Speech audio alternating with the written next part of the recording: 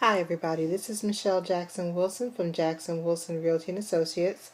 Today I'm coming to you to speak to you about real estate rentals, and I'm going to speak to two groups today.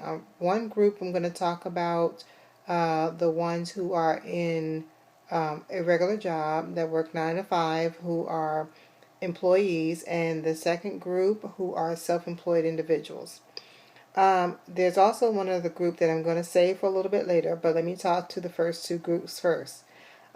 What a landlord is going to want to see from someone who works a regular 9 to 5 and who is an employee, they need 2 months worth of pay stubs, and you're going to also need 2 months worth of bank statements.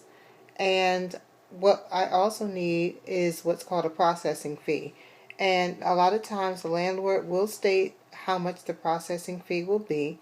Normally it's between $40 and $50.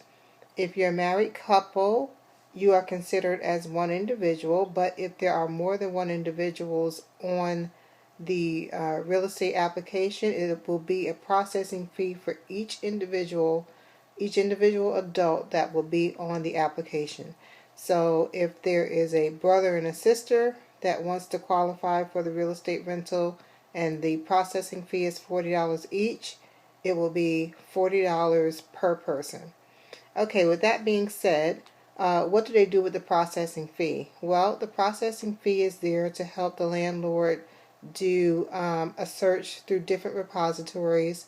The first one will be your credit, and the second one will probably be your credit history, and the last one will be a criminal background check. And they do this for the reason that they want to be sure that they have a responsible individual moving into the property.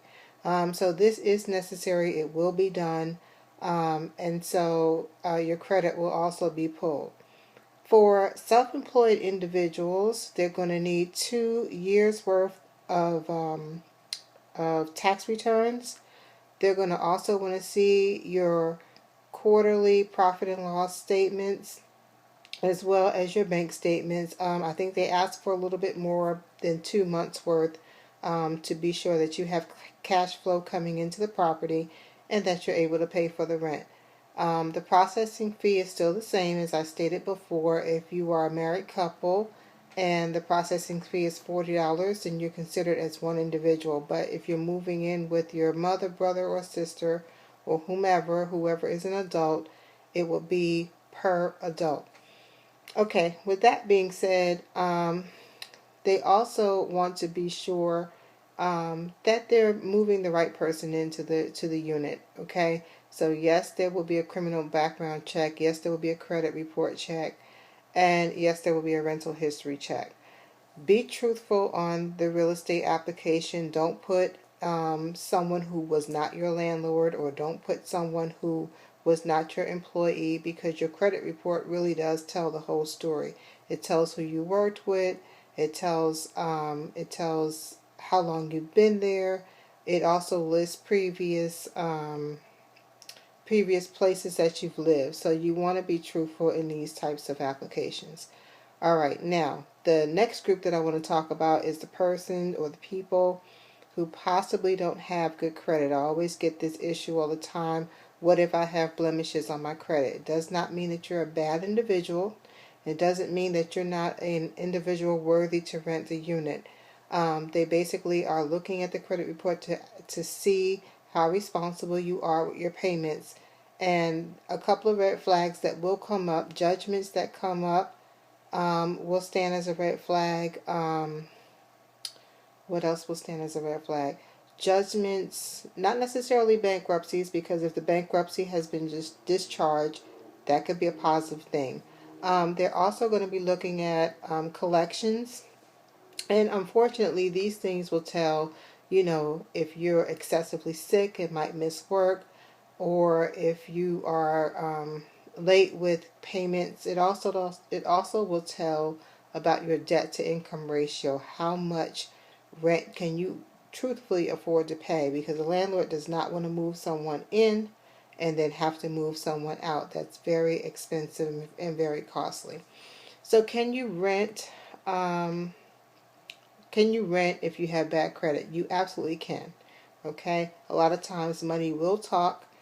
Um, and in this type of situation, I'm going to keep it 100 and say you can't be 100% choicey when it comes to property units if you know that you have um, extremely bad. I'm not gonna. I hate to use the word bad because it sounds bad.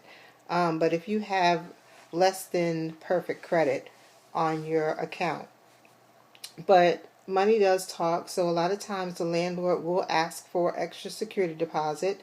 So the ways that you can get around doing a rental with bad credit is you can offer more security deposit. You can also opt to do a rental that is not so long term. A lot of times people want to do a year worth of rental, but the landlord is pretty afraid, for lack of a better word. They're cautious, and they don't want to be committed to you very long, because if you have a history of not paying your bills, you might have a history of not paying your rent. So maybe you might want to consider doing a 6-month lease to prove your worthiness to this landlord, and that you will be consistent in paying your rent on time.